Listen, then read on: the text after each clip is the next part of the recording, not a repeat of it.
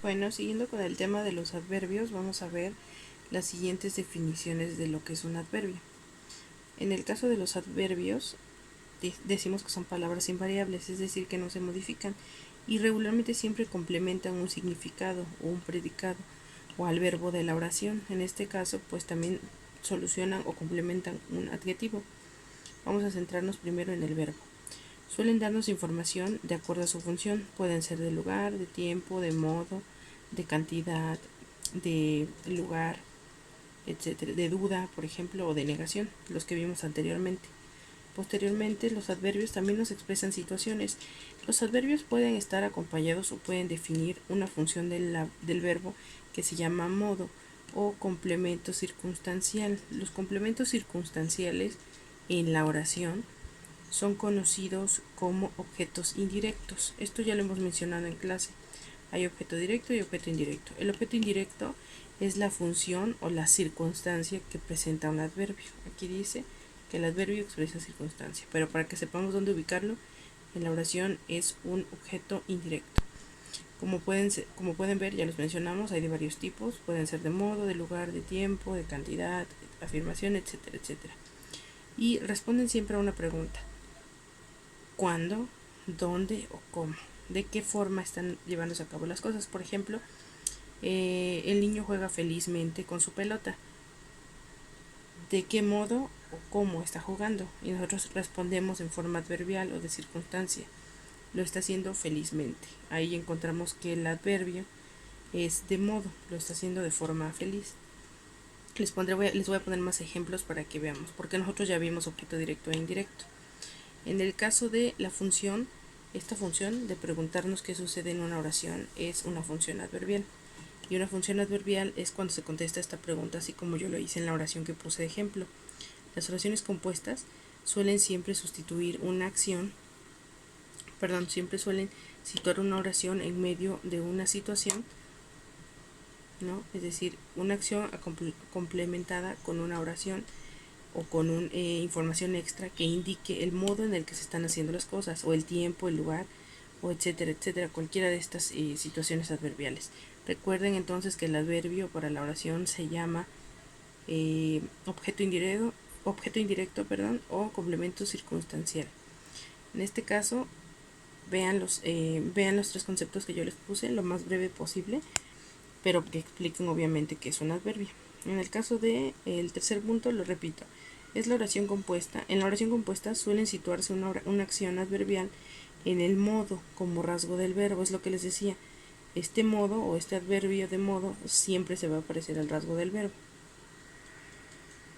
Aquí hay una ilustración más clara de lo que son los adverbios y qué tipos son. De lugar, aquí están algunos. Aquí, allá, cerca, lejos. Por ejemplo, mi casa está allá. O por ejemplo, mi casa está cerca de la escuela.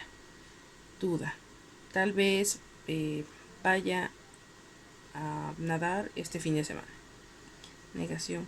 Nunca he ido al mar, ¿no? Ahí está, una condición. Cantidad. Me gusta mucho el jugo de naranja. Una afirmación. También, ciertamente, además, sí, ¿no? También me gustaría desayunar hotcakes. Ahí está. Tiempo.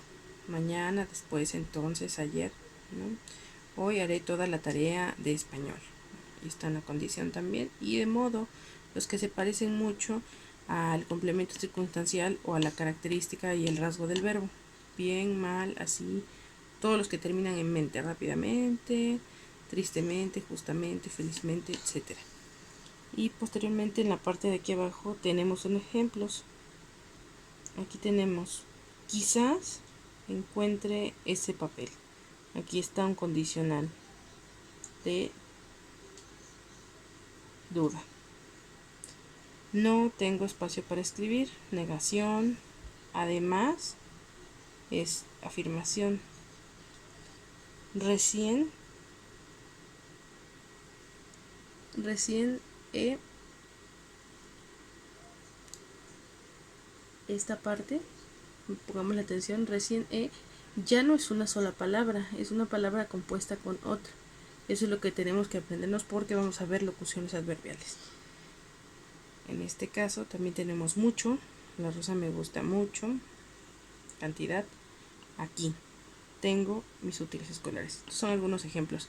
Vean bien los cuadros acerca de los adverbios. Hay muchísimos más adverbios, pero estos son los principales.